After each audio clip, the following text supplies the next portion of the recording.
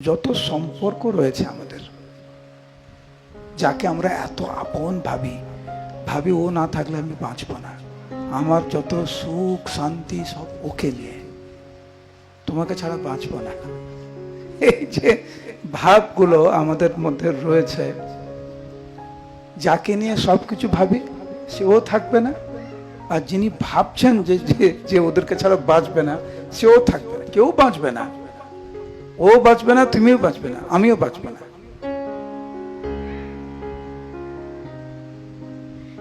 এই জড় জগতের প্রকৃত রূপই হচ্ছে এইটা। যত তাড়াতাড়ি আমরা বুঝবো এই জড় জগতের প্রকৃত রূপ, প্রকৃত স্বরূপ, তত তাড়াতাড়ি এই জগৎ থেকে আমরা চলে যাওয়ার চেষ্টা করব, এবং এমন একটা জায়গায় আমরা যাওয়ার চেষ্টা করব যেখানে জন্ম মৃত্যু জরা আর ব্যাধি নেই। কারণ কৃষ্ণ ভগবত গীতায় বলছেন, যতস্যাহি ধ্রুবম মৃত্যুর ধ্রুবম জন্ম মৃত্যুস্য চ। যিনি জন্মগ্রহণ করেছেন তার মৃত্যু অবসম্ভাবী, আর যার মৃত্যু হয়েছে তার জন্ম অবসম্ভাবী। আর যেখানে জন্ম সেখানেই কষ্ট। কে রোগগ্রস্ত হতে চায়, কে হসপিটালে যেতে চায়, কে অপেক্ষা করছেন কি আরাম, কবে হসপিটালে ভর্তি হব, কবে ইঞ্জেকশন খাবো, কবে আমার অপারেশন হবে, কেউ ভাবেনি কি ওরকম? আমি তো মাঝে মাঝে ইউটিউবে ভিডিও দেখি যে ইঞ্জেকশনের কত ভয়, দেখেছো ভিডিওগুলো? চিৎকার করছে। এইটা হচ্ছে আমাদের পরিস্থিতি। কখনো বুঝার চেষ্টা করি না যে কেন আমি এই পরিস্থিতিতে আসলাম।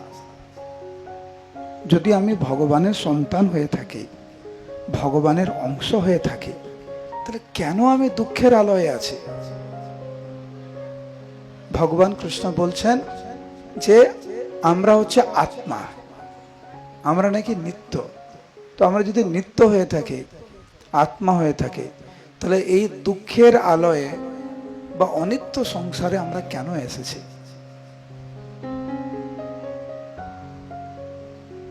কেন সবাইকে আপন করে নেই, এত আপন করে নেই, এত কষ্ট পায় আপন করার জন্য, আবার সবাইকে ছেড়ে চলে যেতে হয়। ওরা আমার আগে চলে যাবে বা আমি ওর আগে চলে যাব, আবার নতুন বাবা মাকে খুঁজবো, তাদেরকে আবার আপন করব, আবার সেই জন্মটা শেষ, আবার অন্য কেউ বাবা মা, অন্য কেউ স্ত্রী পুত্র। তখন তো পূর্ব জন্মের কিছু মনে থাকে না। কৃষ্ণ বলছেন, বহু নিমে ব্যতীতানি জন্মানি তব চার্জুন। হে অর্জুন, তোমার অনেকবার জন্ম হয়েছে, আমারও অনেকবার জন্ম হয়েছে, কিন্তু তোমার আর আমার মধ্যে পার্থক্যটা কি? তোমার কিচ্ছু মনে নেই, আমার সব মনে আছে। নাত্বম বেতা পরন্তপ, আমার সব মনে আছে, তোমার মনে নেই। একজনকে ধরি, তার সঙ্গে সম্পর্ক হয়, হয় পিতামাতা রূপে, সন্তান রূপে, কন্যা রূপে, স্ত্রী রূপে, কোনো না কোনো রূপে। এত আসক্ত হয়ে যায়, ভাবে এটাই সব কিছু। দুদিন পরে ওই সম্পর্ক শেষ, আবার নতুন জন্ম, আবার নতুন বাবা মা, পুত্র কন্যা স্ত্রী ইত্যাদি, আবার কষ্ট, আবার নতুন জন্ম। কেন আমরা ভাববো না? এর কারণ কি? কি করে এমন জীবন যাপন আমরা করতে পারবো যাতে এই দুঃখের মধ্যে দিয়ে আর না যেতে হয়? কতবার ঠকবো আমরা, কখন জেগে উঠবো? সেই জন্য ভক্তিবিনোদ ঠাকুর গাইছেন, জীব জাগো গৌরচন্দ্র বলে, কত নিদ্রা যাও মায়া পিশাচির কোলে। কত ঘুমাবে? এই ঘুমটা শুধু ওই রাত্রিবেলার ঘুম না, জেগে থেকেও আমরা ঘুমাচ্ছি। হরিদাস ঠাকুর মহাপ্রভুকে বলছেন, হে প্রভু, যদিও আপাত দৃষ্টিতে মনে হচ্ছে আমি জীবিত, কিন্তু প্রকৃতপক্ষে আমি মৃত। কেন? তোমার চরণে আশ্রয় গ্রহণ করলাম না আমি।